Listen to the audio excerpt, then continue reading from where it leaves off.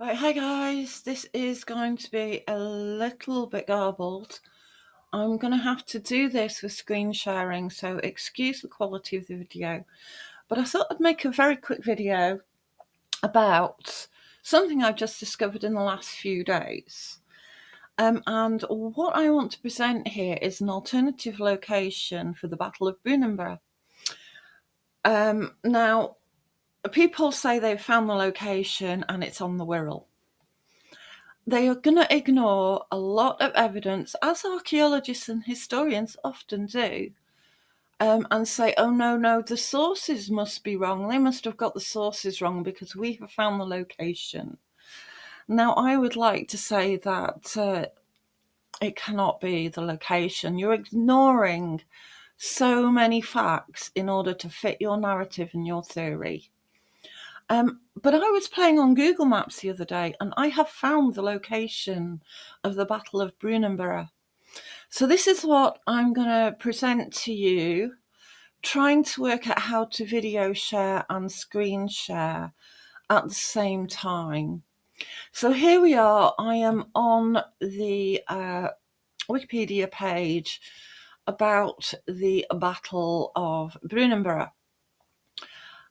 Excuse my eyesight, let's go for the glasses. Okay, so the Battle of Brunanburh was fought in 937 between Athelstan and Olaf Guthrason, Constantine II, King of Scotland, who encouraged him to do it, Owain, King of Strathclyde. So it was a battle between Christian Anglo-Saxons and the Viking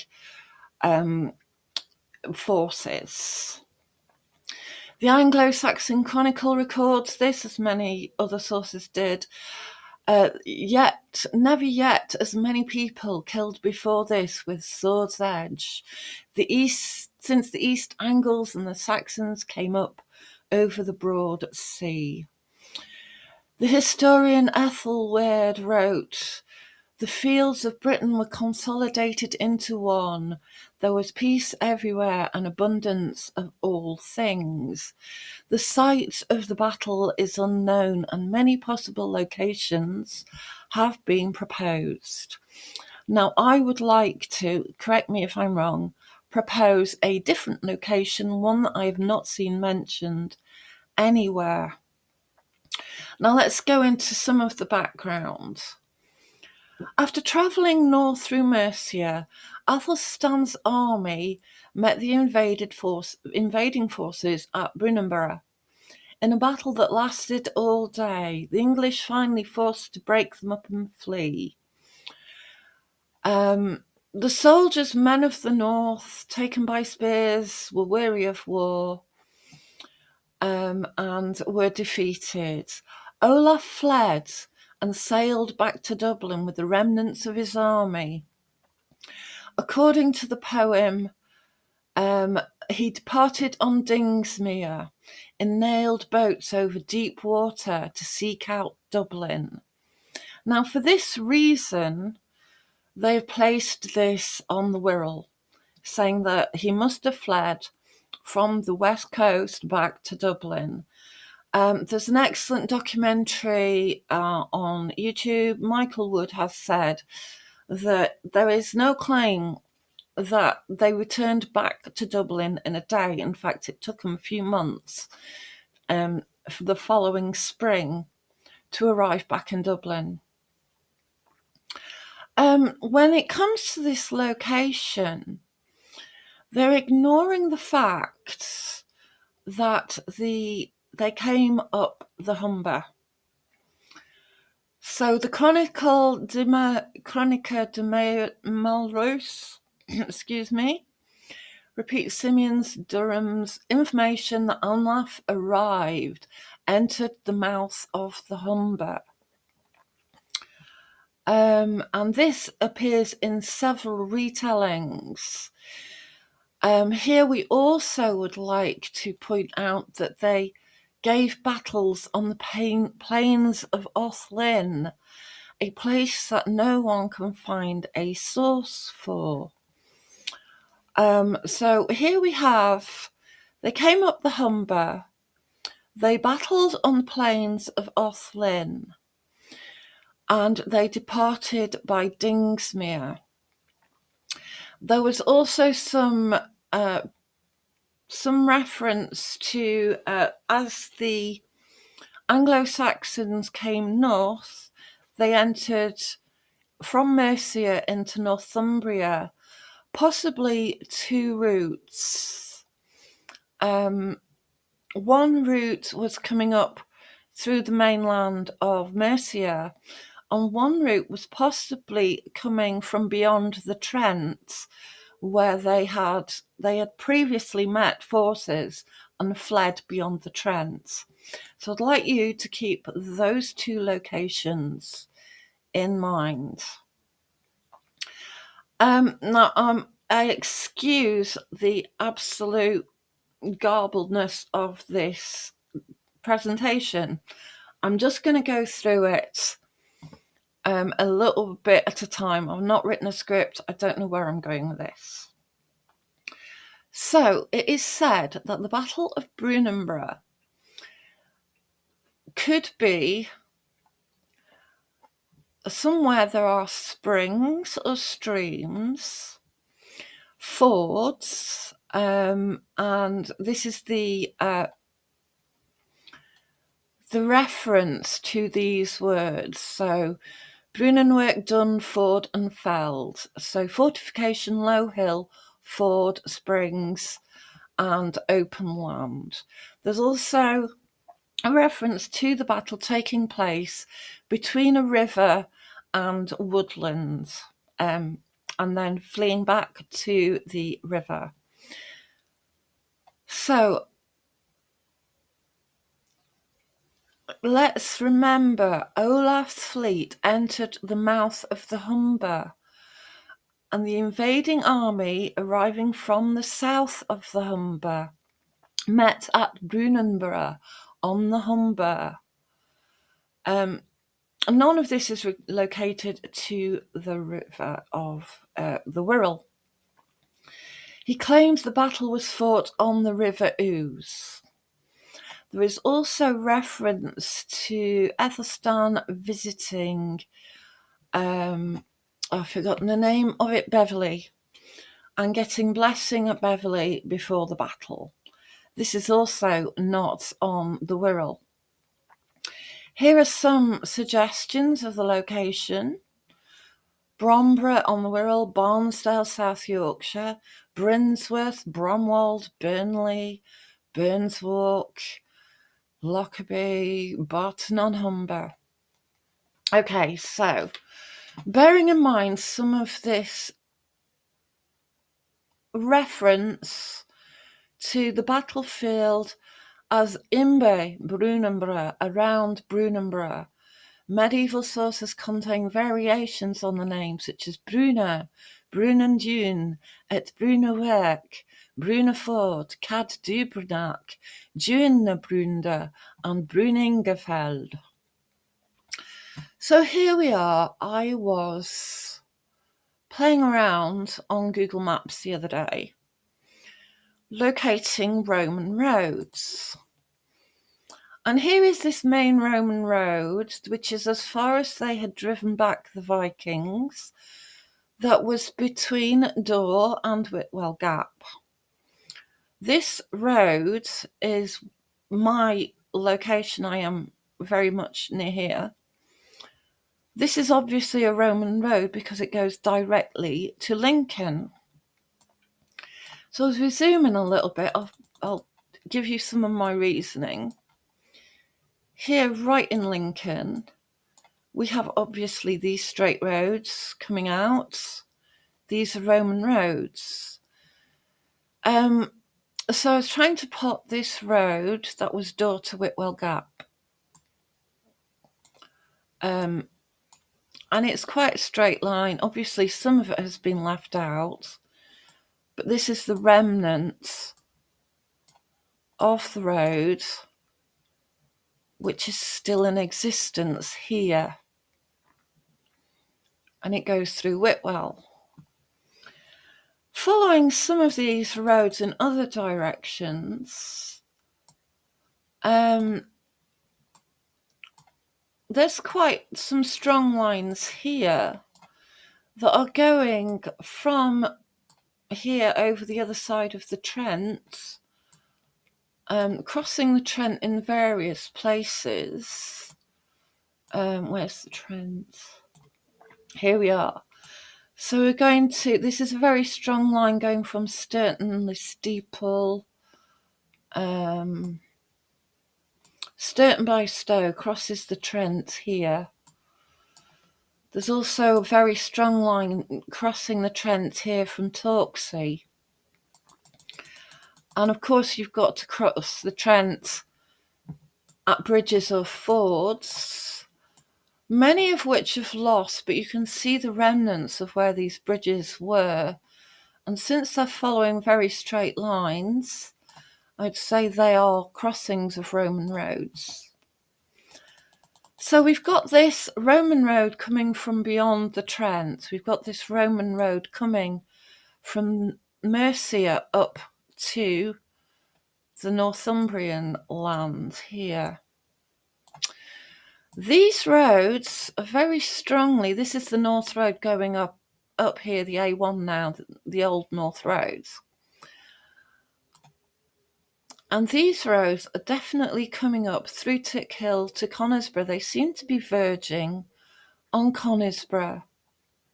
Now, if you follow that Roman road just a little bit further north, you seem to find a place where you can come in at the Trent, at the Humber, meet the North Road coming down, and this road coming north through Conisbrough, a very important capital, a very powerful place.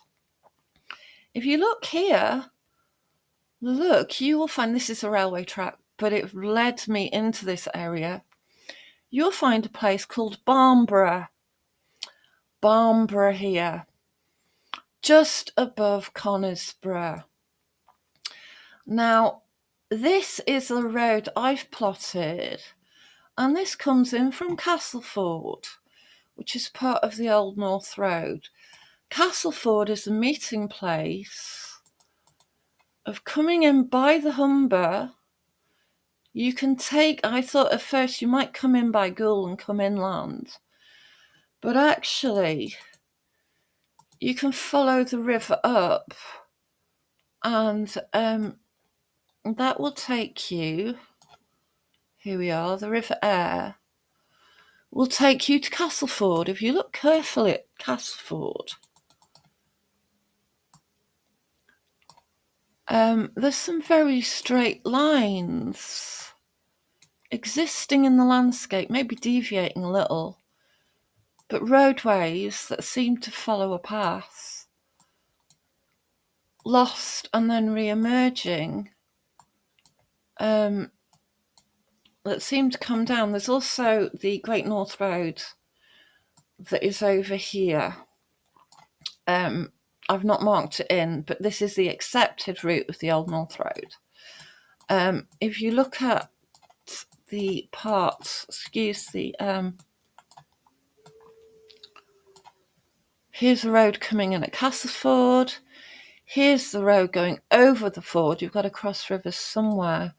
And here's an old straight road going all the way up the north of England for miles. So these are old Roman roads. This is my reasoning. If you're going to come in, you can meet forces here coming down from the north and coming in off the Humber. Then you're going to come down south. Now, the text says they let them march far down into the south. Now, I think they came very far down into the south, and I think they met just above Conisbrough. Here is the town of Brunanburh, Barnborough. Let's look what's around it. The references to the old names of Battle of Brunanburh It says here it's known by many other names, and it's around Brunanburh, wherever this place may be. It contains variations of the name of Brunan, Bruna, Brunandun, Brunawerk, Brunaford, Cad Dubrunog, Junbrunda, and Bruningefeld.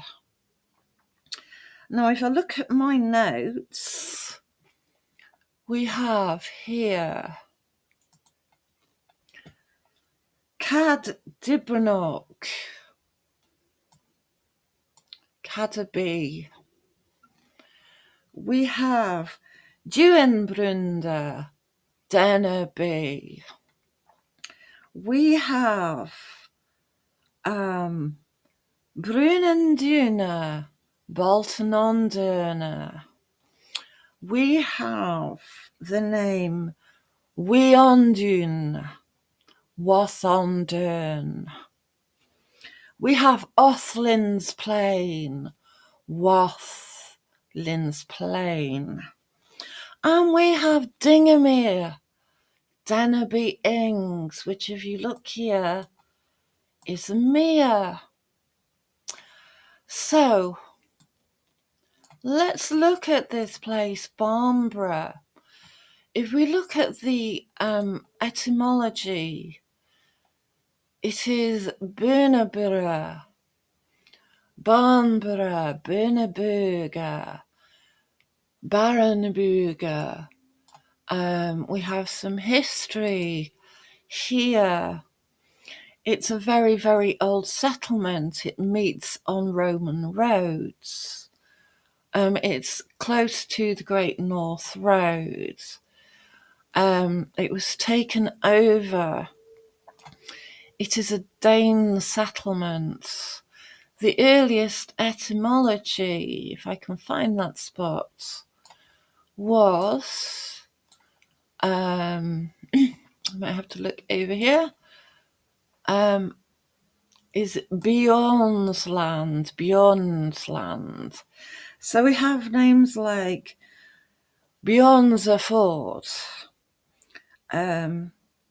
Brunandun, Bjorn's land on the River Dun.